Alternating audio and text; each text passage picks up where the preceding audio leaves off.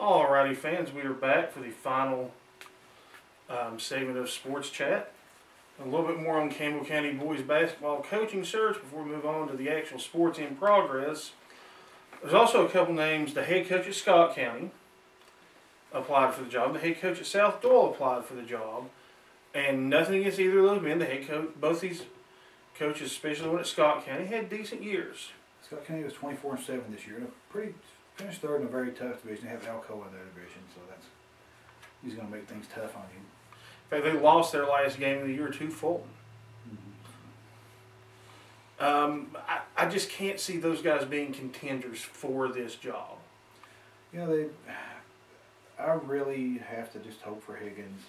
We'll see what happens. I'm not going to be upset terribly if it's not Higgins, but I don't see how you can let him slip through your fingers. I don't either. And be your coach. You know, I think we'll do fine if they hire Vic King. I think we'll do fine if they hire Matt Housley. But like I said, the upside of Higgins, kind of hard to pass up. Yeah, I mean, he's got, the knowledge that you can't deny when somebody's been at that level of basketball. Now, as spring sports go, got to give big congratulations to the Lady Cougars. They picked up a pair of wins over Cumberland Gap this week. Yeah, the softball team's coming along. It's getting better, and they really took it to Cumberland Gap. They won both games of the doubleheader. They ran well. They batted well. Pitched well. Played defense better than they have been. So maybe as the postseason gets closer, I hope they build on this. There's a lot of talent on that team, and it's apparently a relatively young team. Yeah, I know that. The best defensive players to me appears to be Courtney Morris. She does a really good job at the center field. Yeah, she fields a lot of the balls that are hit past the infield. She always there backing up her right fielders and left. She covers a lot of ground. She's got a good arm. She's pretty good with the bat. In fact, there's a video on the YouTube channel right now of her hitting a double. Yeah, she had a couple RBIs on that one. She's a really good player. I have a lot of good players on the team. Kelsey Allen, she played fairly well in the infield. She recently had a home run against Anderson County. So the potential's there. On the upper side of the baseball, because they're up on the hill, the boys are scoring machines. Yeah, they really bat the runs. I believe they're very high up in East Tennessee. Very high up in East Tennessee. So basically, they just need to step their defensive game up just a shade, and they should be really hard to beat. Get a little better pitching, a little better, fielding the ball. Got to see Andrew Dykes pitch this week. He pitched some good innings against Carter. Bo Ferris came in relief of him and pitched fairly well. Of course, I've seen Andy Hickman pitch this year. He's a very good pitcher. So I know that's there. I think you see Kelly pitches some. He has been. I think he's mainly playing third base this year.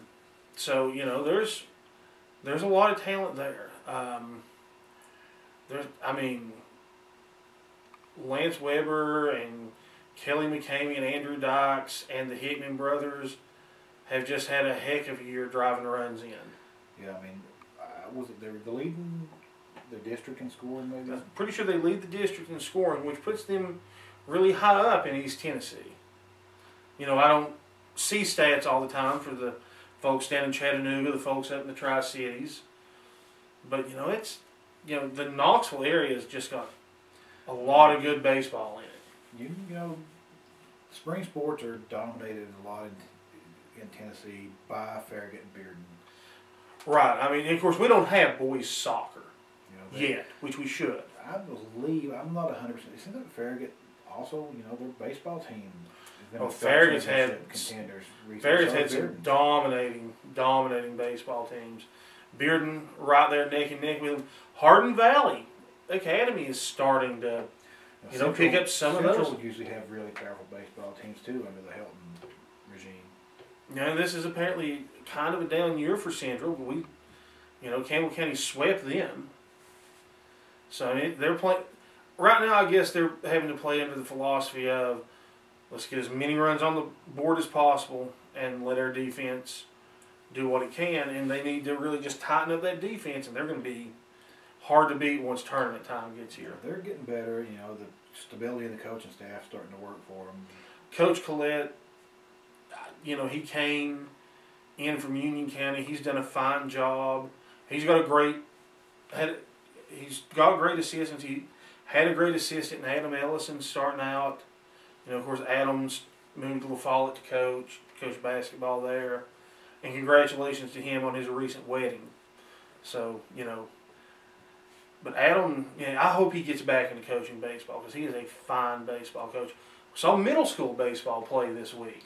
Yeah, Campbell County, you know, as people probably may not know, Campbell County doesn't have it's not a Jacksboro middle school, La Follette middle school. It's a combination of both schools. Not unlike what Lenoir City does in football. Football and probably baseball too, but it's a combination of players on both teams. Ethan Jeffers, he pitched the other day, pitched a great game. He's the throwing Samoan. They won 3-2 in that game, and you know there's you know I mentioned Bo Ferris. His little brother Max plays. There's a set of twins, the Orrick twins. They both looked really good. There's just so much young baseball talent there. Future looks good for baseball talent, you know, in the county. And we've had some Division I baseball players. We've had Brian Chapman most recently played professional baseball in Europe, and of course the Sparks, Sparky's brother. I can't think of his name. Shane Sparks. I believe he was cousin. Is it cousin? Yeah. He was a great baseball player. I think he may have played some minor league ball post high school. There's been a lot of good baseball players. There's a lot of opportunity for baseball players. More than any other sport, it's got that huge farm system. There's hundreds and hundreds and hundreds of baseball players drafted every year. They have, I want to say that the baseball draft is 60 rounds. 62 rounds. And, you know, there's actually a whole league of single A minor league teams in just the Tri-Cities. So there's a lot of opportunity in baseball, you know, to play at the next level if you have decent talent. And Campbell County's got very good talent, so you know a few of those players may be playing someday for the Nassau Smokies. Heck, they may be playing for the Yankees someday. You know, our friend Kevin, he could have played for the Yankees if his knees hadn't been so bad. Yeah, that's what he tells me. Yeah, but now the biggie for Campbell County has always been track. Yeah, this year's really no exception. The track team, we went and watched them in a different kind of meet this week. It was over in Oak Ridge. Field events and relays with a couple of sprints thrown in. It's a big relay event. It's one of the biggest events apparently in East Tennessee. There were, I guess, 18 teams or something like that. There were 18 teams on the girls' side, I believe, and 14 on the boys' side. Like Anderson County brought no boys. It was a huge event. That's where the Olympic gold medalist was at. Yeah, and you start with track in Campbell County. You got to start talking with Kristen Chapman. Kristen Chapman set a meet record at Oak Ridge, pretty impressive. Set a personal record, pretty impressive. Tied the school record, pretty impressive. Most importantly, outjumped what she won the state with last year. Yeah, and I was looking on the Tennessee Runner website, and she was one of the national elite performances from that. And here's how elite that she was. She jumped 5'8". There were 6 total at the entire meet. Out of hundreds and hundreds of track athletes, 6 total made the national elite level. Kristen's high jump was 5'8". That was a national elite for girls. Another girl also made it, and I can remember, I think she was from Maryville, but I'm not certain. Mm-hmm. Her jump was 5'4", and that's considered national elite. That's how far she exceeded the national elite level. She's that good. You owe it to yourself. There's an April the 19th. There's a meet up here. You go see Kristen this year, and you know the rest of the girls up there. You know, she's special in this event. I mean, you don't get to see people at this level very often. Maybe the last person we had that competed at this high of a level with respect to their field may have been Providence, or maybe Aaron. Aaron Osmus, Paul Providence, and Amanda Forrester, who actually holds the high jump record right now. Yeah, well, or is tied with Kristen right now. People that dominate their sport at that level don't come along very often, especially through Campbell County. Now, Nick Litton on the boys' side won with a jump of 6 feet, which at one point was the Campbell County school record held by Brian Miller, if I'm not mistaken. Yeah, I think that had been eclipsed recently. It had been eclipsed. Miller held it for a long time. Miller held it all the way up until, I think, 2005, when James Jones. Probably a good 20-year run for it. Yeah. Also, Kevin Ruan placed third in the pole vault. Yeah, he did really well. He was one of the ones getting instruction from Tom Mack. Tom about the pole vault, and it apparently helped him out some. You know, he got better as the day went on and ended up clearing over 9 feet. Shayla Goins, who's, if I'm not mistaken, still ranked number 3 in the state. She set a personal record and won the meet in the shot put with a throw of over 39 feet. I couldn't throw a shot put 39 feet. I think Campbell County the girls finished maybe 4th overall. They finished 4th. The boys didn't bring that many boys with them. No, the boys squad was much smaller than the girls. Of course, there was several relays, as it was the Oak Ridge relays, including a hurdle relay medley race that Anderson County, you know, they pretty much dominated it. That's the shuttle hurdle. Yeah, they did really well. Kendra Miller lives in Caryville. She runs the final leg on that. She did really well. Her teammates did really well. She's an excellent hurdler. You know, she's got potential to run on the next level. I think she should probably be on a college track team somewhere. Shayla Goins will be on a college track team somewhere. Nick Litton's got the chance to, the way he's running. I mean, that was some big time competition at this meet. You know, you had Austin East, you had Oak Ridge, Maryville. Hardin Valley does pretty darn well. Did really well at the event. You know, a lot of really good athletes there. And Campbell County, you know, had some individual winners and finished really high. The girls finished 4th. I believe the boys finished 7th. That's pretty good. You know, I've actually got the results There's some big right here. The boys finished 9th. Campbell County's girls, though, only Hardin Valley, Maryville, and Anderson County did better than them.